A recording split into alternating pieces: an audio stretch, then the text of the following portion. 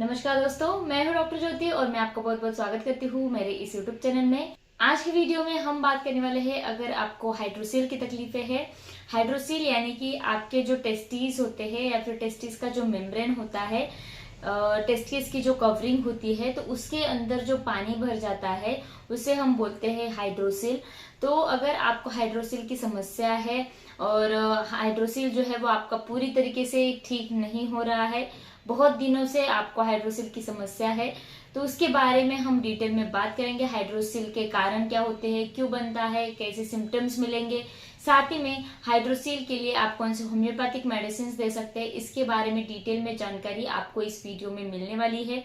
लेकिन इससे पहले अगर आप मेरे चैनल पर नए हैं और आपने मेरे यूट्यूब चैनल को अभी तक सब्सक्राइब नहीं किया हो तो प्लीज कर दीजिएगा। साथ ही में मेरे इंस्टाग्राम पेज को फॉलो कीजिए, फेसबुक पेज को लाइक कीजिए, और अगर आपको डिटेल में ऑनलाइन कंसल्टेशन करना हो तो डिस्क्रिप्शन बॉक्स में मैंने व्हाट्सएप नंबर दे रखा है, उस पर आप मुझे व्हाट्सएप मैसेज कर सकते हैं और हम ऑनलाइन कंसल्टेशन स्टार्ट कर सकते हैं।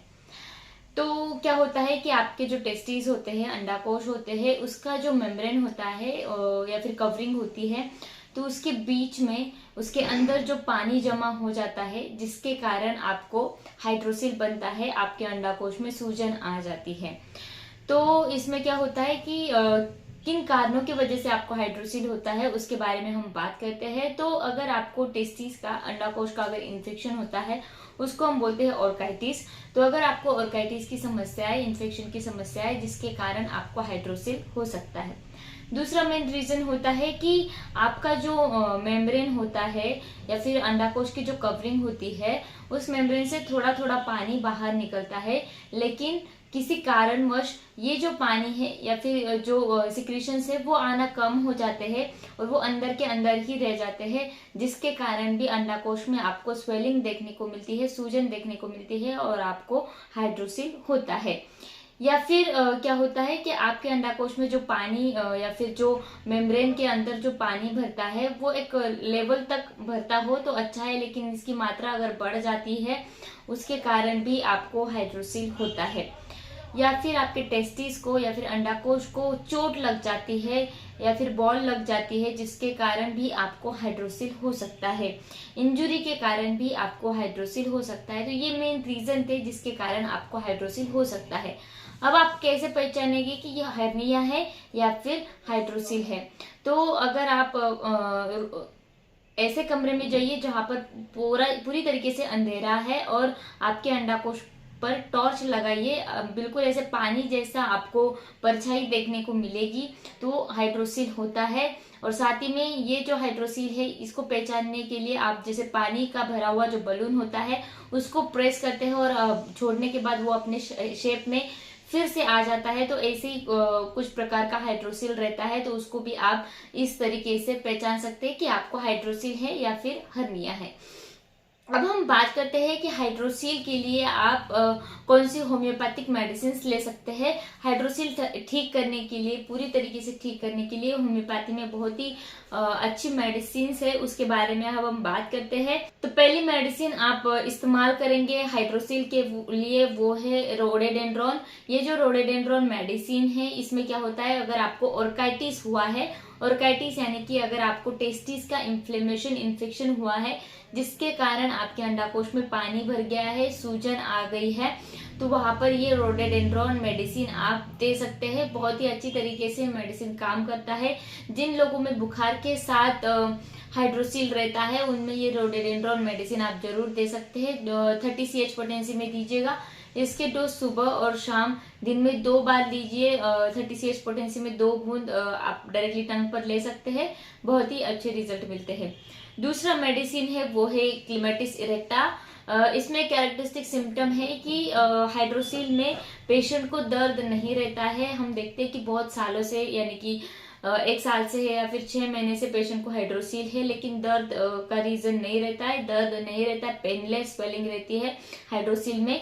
लेकिन क्लीमेटिस इरेक्टा के जो पेशेंट होते हैं जिनमें अगर हाइड्रोसील होता है तो उनमें हाइड्रोसील में पेन देखने को मिलता है, दर्द देखने को मिलता है, तो वहां पर एक लिमेटिस इरेक्टा मेडिसिन हम दे सकते हैं। ये जो मेडिसिन है, जिन लोगों में एसटीडीज की तकलीफें है, पुराने बहुत सारे एसटीडीज के इन्फेक्शन उनको हुए हैं, गोनोरिया की तकलीफें है, ऑर्काइटिस है, जिसके कारण उनको हाइड्रोसील हुआ है, तो वहां पर एक लिमेटिस इरेक्टा मेडिसिन हम 30 CH पोटेंसी में देते हैं, बहुत ही अच्छे रिजल्ट मिलते हैं।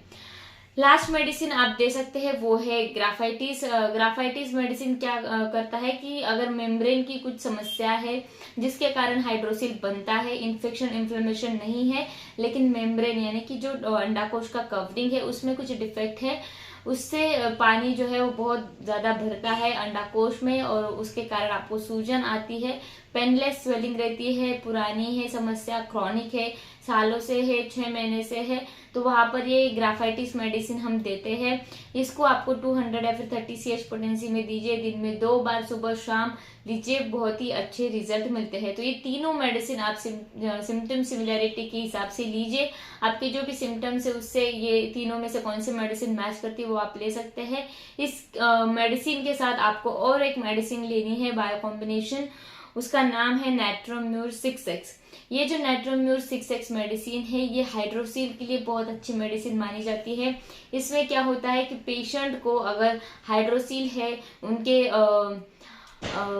अंडाकोश के कवरिंग में बहुत ज्यादा पानी भर जाता है, सूजन बहुत ज्यादा है और साथ ही में दर्द, हल्का सा दर्द रहता है, तो वहां पर ये नाइट्रोम्यूर मेडिसिन हम दे सकते हैं। इस मेडिसिन को आपको कैसे लेना है, इसकी 4 गोलियां चूसनी है सुबह और शाम को। आप जो मेडिसिन लेते हैं सिम्टम सिमिलरिटी के हिसाब से, उस मेडिसिन के साथ ये नाइट्रोम्यूर आपको जरूर लेनी है। ये नाइट्रोम्यूर आप लंबे समय तक के लिए कंटिन्यू कर सकते हैं, जैसे कि 1 महीने के लिए, 2 महीने के लिए या फिर 6 महीने के लिए भी इस मेडिसिन को आप ले सकते हैं और आपके हाइड्रोसिल की तकलीफें दूर कर सकते हैं। तो हाइड्रोसिल के लिए बहुत अच्छी होम्योपैथिक मेडिसिन मौजूद है, जो अगर आप लेते हैं सिम्टम सिमिलरिटी के हिसाब से, आपके डॉक्टर से कंसल्ट करके आपको ये मेडिसिन लेना है, आपका हाइड्रोसिल बहुत अच्छी तरीके से ठीक हो जाता है। तो मैं आशा करती हूँ हाइड्रोसिल क्या होता है और उसको कैसे पहचानना है और उसके लिए आपको कौन सा होम्योपैथिक ट्रीटमेंट लेना है, इसके बारे में डिटेल में आपको समझ में आ गया होगा। तो इस वीडियो को शेयर कीजिए, लाइक कीजिए और मुझे कमेंट बॉक्स में कमेंट कीजिए वीडियो आपको कैसे लगा। फिर मिलते हैं नेक्स्ट वीडियो में। Thank you.